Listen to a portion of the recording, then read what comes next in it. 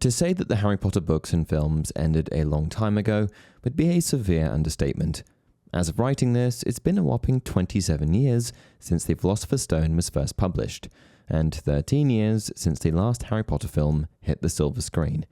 And while I feel that both mediums sufficiently developed the characters and story, reading the last few pages of the final book left me longing for more. We got so much, yet it still feels like we didn't get enough. Which is why I've scanned through extended publications, interviews, and more in search of answers.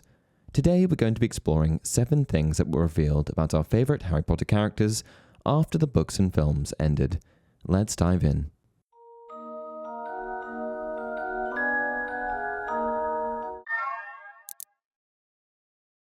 Hey everyone, welcome to another installment of Harry Potter Theory. Before we get started, I just want to make one distinction. This video will be exploring things that happen to the Wizarding World and characters after the story ends, i.e. what happens to them next, and not necessarily just things we learn about the Harry Potter story after the series ended. There are plenty of facts about the series that are revealed later, like the fact that McGonagall was married, and that there are actually 11 major wizarding schools worldwide, but I'll be saving that sort of stuff for another video. Anyway, without further ado, let's dive in. No more Dementors. Dementors are the terrifying guards of Azkaban, 10-foot-tall, cloaked beings with dark grey, scabby skin. These malevolent creatures symbolize the embodiment of unhappiness and despair, and, as guards of the infamous wizarding prison, they are responsible for ensuring that all of the darkest witches and wizards inside do not escape. But the use of Azkaban and Dementors as a whole always seemed flawed. Azkaban is a truly inhospitable environment, and the criminals that are sent there are effectively just there to suffer and wallow in their own self-pity. In the Goblet of Fire, Sirius Black reveals a little bit about what happens to the prisoners inside. "He wasn't the only one who died," said Sirius bitterly. "Most go mad in there, and plenty stop eating in the end. They lose the will to live. You could always tell when a death was coming, because the Dementors could sense it. They got excited." Given that most people either die or go insane, I think that it's safe to say that going there is a death sentence in a way. I mean, it's certainly no rehabilitation facility. And so, for all of these reasons and more, Azkaban changed quite significantly after the fall of Voldemort and reformation of the Ministry of Magic. The most significant of these changes was removing Dementors as prison guards. Kingsley would see to it that Azkaban will no longer use Dementors. The use of Dementors was always a mark of the underlying corruption of the Ministry, as Dumbledore constantly maintained. Harry and Dudley settled their differences. Amidst the ongoing war with Voldemort and his Death Eaters, very little is revealed about the Dursleys after they pack up and head off. But there are a few clues in the form of a segment from the book and a deleted scene from the film, which suggests that there may be a future for Harry and Dudley. The scene depicts a moment of redemption for Dudley, who, in an effort to make things right with Harry, shakes his hand just before they depart. Harry's bully, the boy who tormented him for years, finally made an effort to set things straight, and this single act did wonders for their relationship in the years to come. It's later revealed by J.K. Rowling that, despite Dudley's years of abuse towards Harry, they were eventually on Christmas card terms, sometimes visiting each other during the holidays.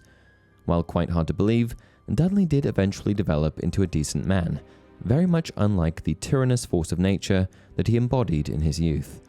Dudley even eventually got married and had a family of his own, raising 2 Muggle children. Harry and Dudley would still see each other enough to be on Christmas card terms, but they would visit more out of a sense of duty and sit in silence so that their children could see their cousins. Umbridges Fate. Umbridge is arguably the worst character in the entire Harry Potter story, and she first makes her mark when she infiltrates Hogwarts and makes life at the school a living hell, probably an understatement. That is until she's tricked into travelling to the Forbidden Forest by Harry and Hermione, only to be met with a horde of angry centaurs who carry her off. After this, she's saved by Dumbledore and sacked from her headmistress position after it's revealed that Voldemort had in fact returned. Amazingly, however, Umbridge still found herself with a job after leaving Hogwarts. In fact, the Ministry accepted her back in her previous role of Senior Undersecretary to the Minister of Magic. Despite a brief appearance at Dumbledore's funeral, the next we hear of Umbridge is in 1997, following Voldemort's takeover of the Ministry.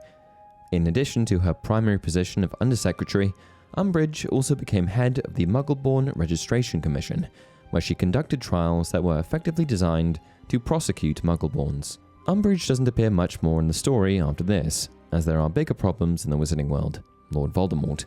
However, with Voldemort's eventual downfall, the Ministry once again came under the control of normal witches and wizards, expunging all of Voldemort's followers from positions of power.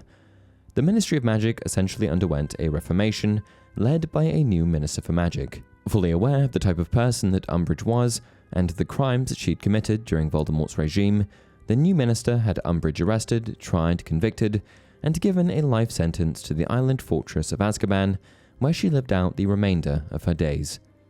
Hogwarts is rebuilt. I know, surprise, surprise, the most famous wizarding school in the world is rebuilt.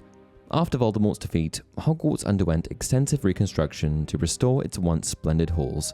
With the combined effort of dedicated wizards and the support of the wizarding community, this restoration project revived Hogwarts as the prestigious school of magic it once was, ready to welcome new generations of students.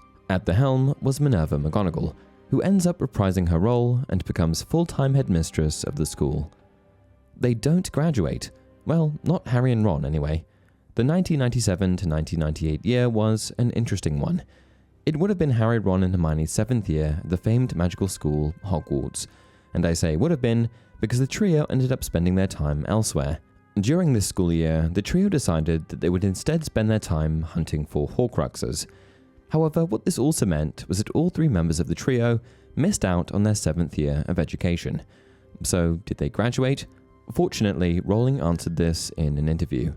Oh, speaking of Ron and Hermione, yeah, did they graduate from Hogwarts? Yes, did they? Harry and Ron didn't go back. Hermione did. Ooh, oh my.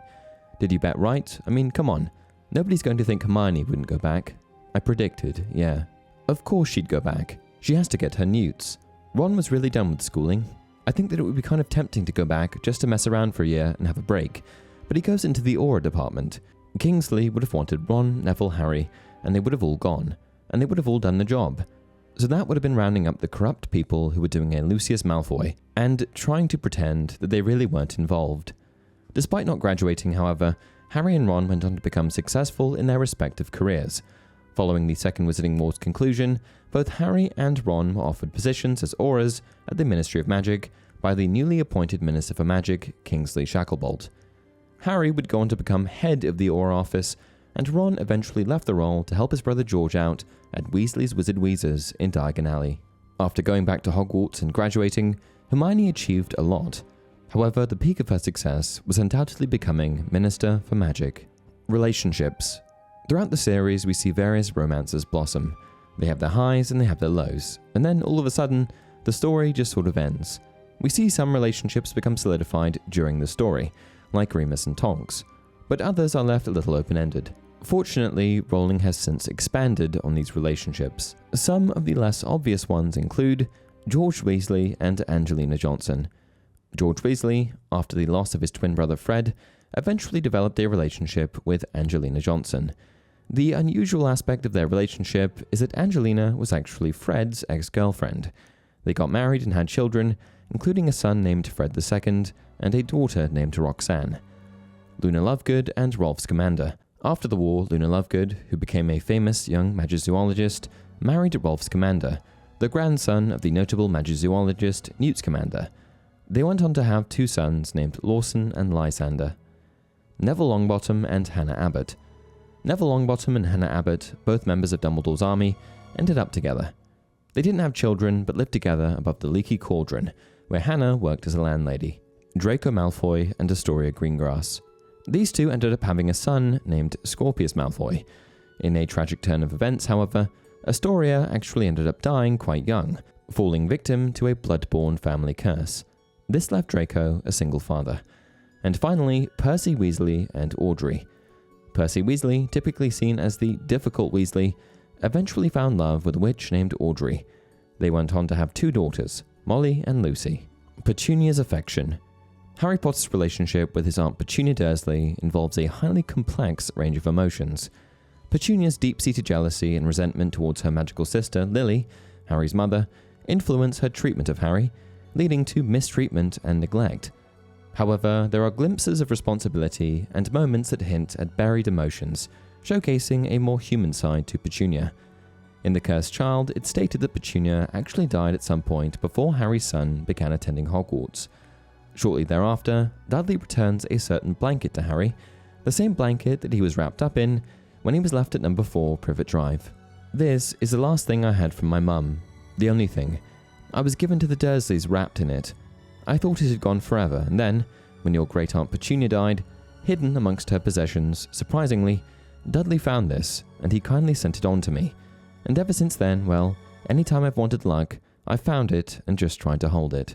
This tells us that by the time Albus is a third year, Petunia had actually died, which is tragic in a weird sort of way, given that she likely never revealed her true affection for Harry. Despite her mistreatment of Harry for all those years, the fact that she kept the blanket in her possession shows a hidden sentimentality and possibly even a sense of regret. And that's it for this video. If you enjoy the content, please like the video and subscribe to the channel. Until next time, remember, it does not do to dwell on dreams and forget to live.